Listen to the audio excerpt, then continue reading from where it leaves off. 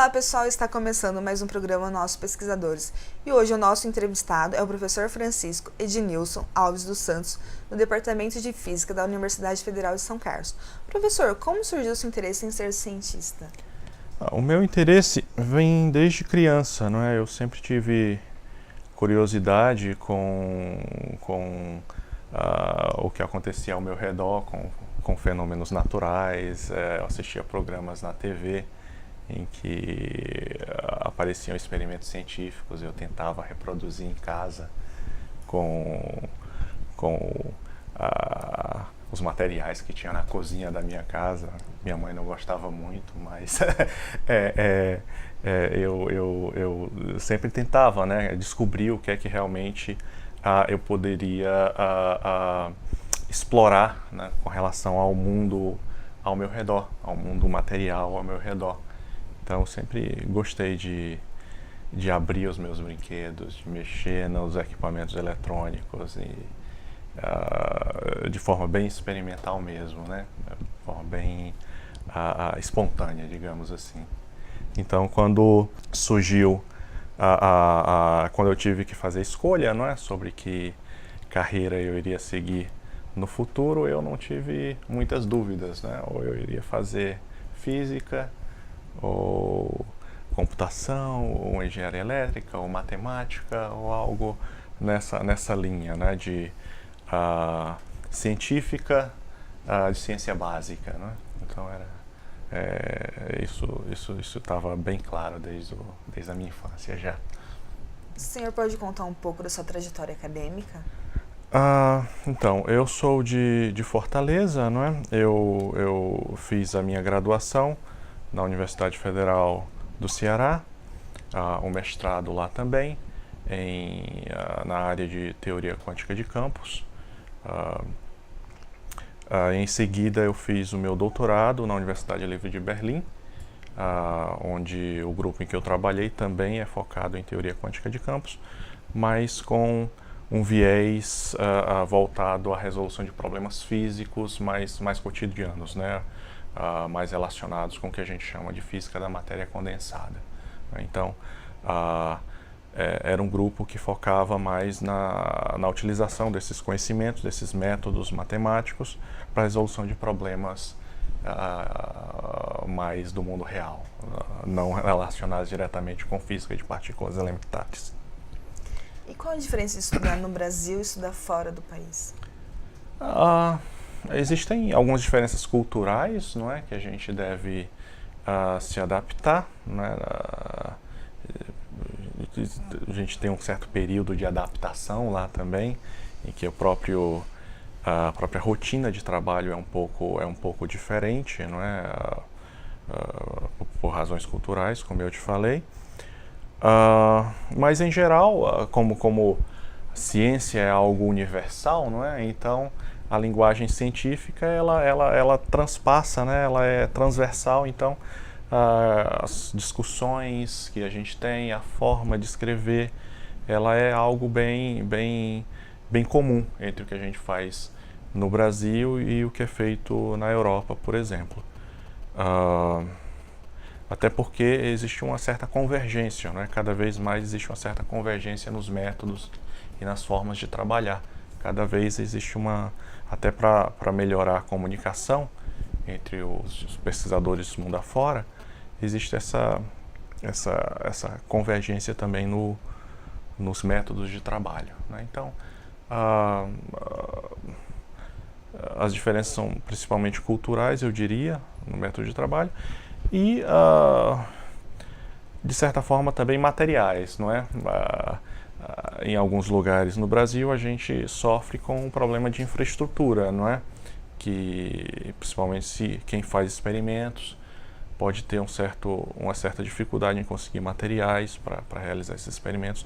A demora para conseguir esses materiais também é algo que pode fazer com que o trabalho tenha um andamento diferente do que teria na Europa, né, comparado com o que acontece no Brasil. Então esse período fora do país ajudou você a ficar mais rico de conhecimento? Sim, claro, né? É uma experiência que amplia os horizontes da gente.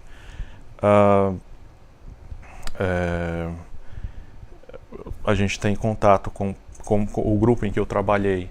Era um grupo bastante heterogêneo, né? Tinha estudantes e professores de todos os continentes. Então, realmente, eu pude perceber as diversas formas de trabalho, as diversas formas de pensar, e eu pude, então, comparar e tentar assimilar e tirar proveito dessas diferentes abordagens, né, para a descoberta de novos conhecimentos, né, formas de abordar novos problemas e como é que a gente pode construir algo novo. Professor, eu vi que o senhor fez pós-doutorado aqui no IFSC. Como foi essa experiência? Então, já quando eu estava na Alemanha, o grupo aqui de São Carlos, do professor Vanderlei Baniato, tinha uma colaboração com um grupo em que eu trabalhava lá em Berlim. E numa dessas viagens do professor Baniato a Berlim, a gente conversou sobre São Carlos. Ele falou sobre São Carlos. Eu nunca tinha escutado falar, nunca ouvi nada sobre São Carlos antes, e eu gostei. Ele me convidou para vir aqui. Eu vim em uma escola que foi organizada, uma escola internacional, e eu gostei muito da cidade. É uma cidade acadêmica, uma cidade voltada à pesquisa científica, quase, né, com 2 universidades grandes, muitos grupos conhecidos no mundo todo. Eu não sabia que havia uma oportunidade desse tipo no Brasil. Então, quando ele me convidou para fazer o pós-doutorado no Brasil, em São Carlos, eu considerei seriamente e acabei vindo para cá e gostei muito. E hoje vocês são parceiros? Nós somos parceiros, não é? Então, eu fiz o pós-doutorado aqui por 2 anos e, em seguida, eu me tornei professor na Universidade Federal. Universidade Federal de Na São Universidade Carlos. Federal de São Carlos também, a poucos quilômetros daqui. Mas como o grupo do professor Vanderlei é um grupo que realiza experimentos na vanguarda dessa área de átomos frios, não é? E a minha área basicamente é como um teórico desses fenômenos, né, de átomos frios, condensação de Bose e Einstein. Ter acesso a esses experimentos modernos, esses experimentos que realmente estão buscando coisas novas relacionadas a esses fenômenos, né? Ter acesso direto é algo que é muito importante para mim. Então, desde o meu pós-doc, eu comecei como teórico e agora eu continuo também como teórico, agora com um grupo maior para poder tratar desses problemas, não é? Mas ter acesso a esses experimentos, poder conversar com os colegas simplesmente aqui vindo ao campus, né? E eu posso ir ao laboratório, posso conversar com o pessoal, posso ver o experimento. Então isso é algo que ajuda muito no meu trabalho. Então essa parceria, ela ajuda no seu trabalho desenvolvido na UFSCar e aqui na USP? Isso, é uma sinergia que a gente tem, não é? Nessa área, não é? O experimental, ele é interessante se ele souber, se ele tiver novas ideias do que procurar no experimento. É algo que é importante para eles, não é? Muitas vezes eles têm uma boa estrutura, um experimento pronto, mas alguns aspectos mais sutis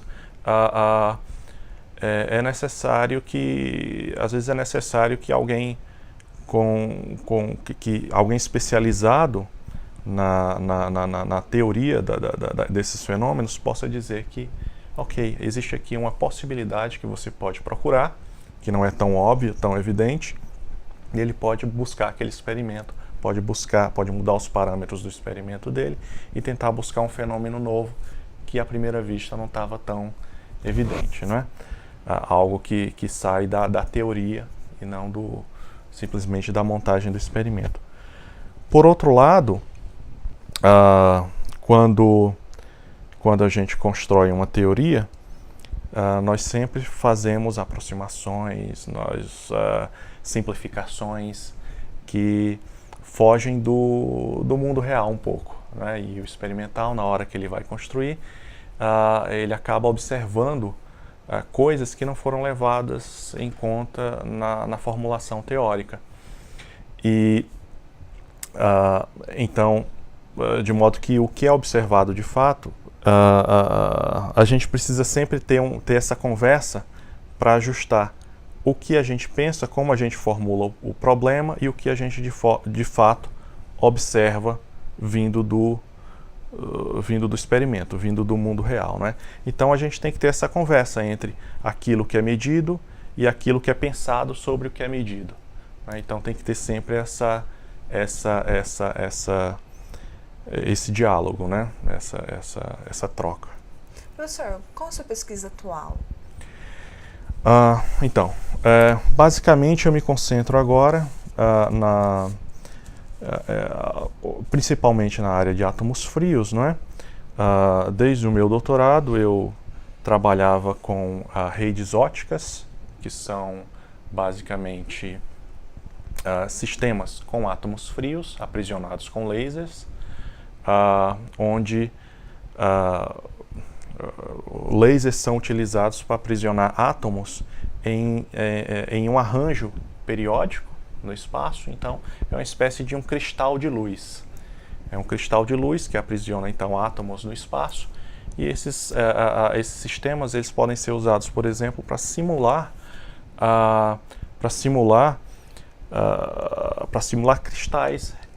cristais do mundo real, cristais de matéria. Com a diferença de que nesses experimentos a gente pode, quer dizer, os experimentais podem tem uma grande liberdade na variação dos parâmetros desse sistema. Então, é possível mudar de uma fase da matéria para outra fase da matéria, mudando apenas a intensidade do laser. É possível construir diferentes cristais com diferentes geometrias. É possível observar fases superfluidas, não é? Enfim, é um sistema muito versátil, né? E a segunda parte que eu trabalho bastante é a área de turbulência quântica, que é onde aqui o grupo de São Carlos, o grupo do IFSC, é pioneiro, né, na observação desse fenômeno de turbulência quântica, que é um fenômeno onde é um fenômeno conhecido em sistemas fluidos clássicos, né, o fenômeno da turbulência. A gente conhece a situação em que, se eu chacoalhar um copo d'água, vão se formar redemoinhos e vários redemoinhos em várias direções em um fluido como a água. Isso pode acontecer também em superfluidos, que é o que é observado aqui no grupo do IFSC. O que seriam os superfluidos? Então, um superfluido, ele é um fluido que se desloca sem viscosidade, né, basicamente. Isso é uma das propriedades, isso é o que a gente chama de uma propriedade macroscópica, quântica macroscópica, não é? Fenômenos quânticos, eles raramente podem ser observados no mundo macroscópico, no mundo com muitas partículas. Em geral, quando a gente fala de mecânica quântica, a gente se refere ao que acontece quando um elétron é espalhado, quando duas partículas subatômicas colidem, né? Mas no caso da superfluidez, nós temos várias partículas partículas microscópicas, não é? E essas partículas elas vão para um outro estado da matéria, o chamado condensado de Bose-Einstein.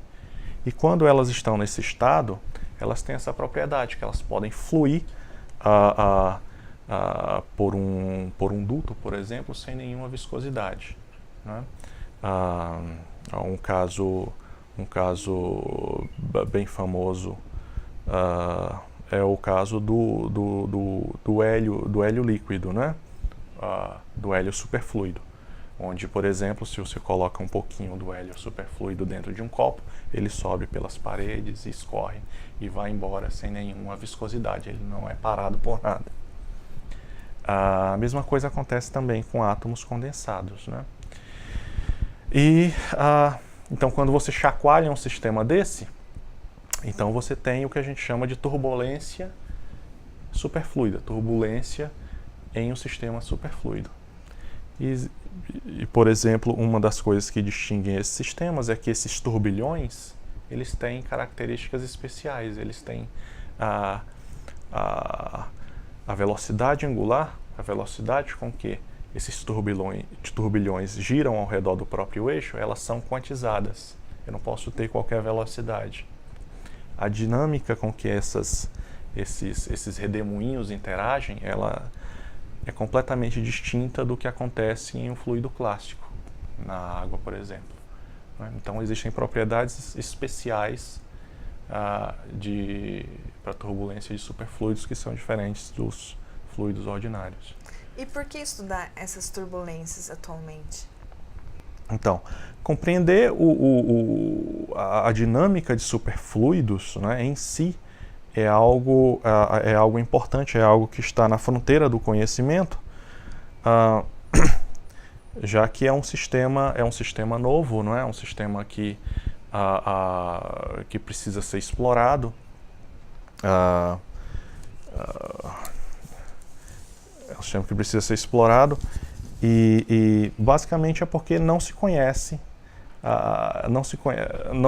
exatamente como é que esses superfluidos se comportam nesse regime, né, de trabalho, né? Átomos frios em si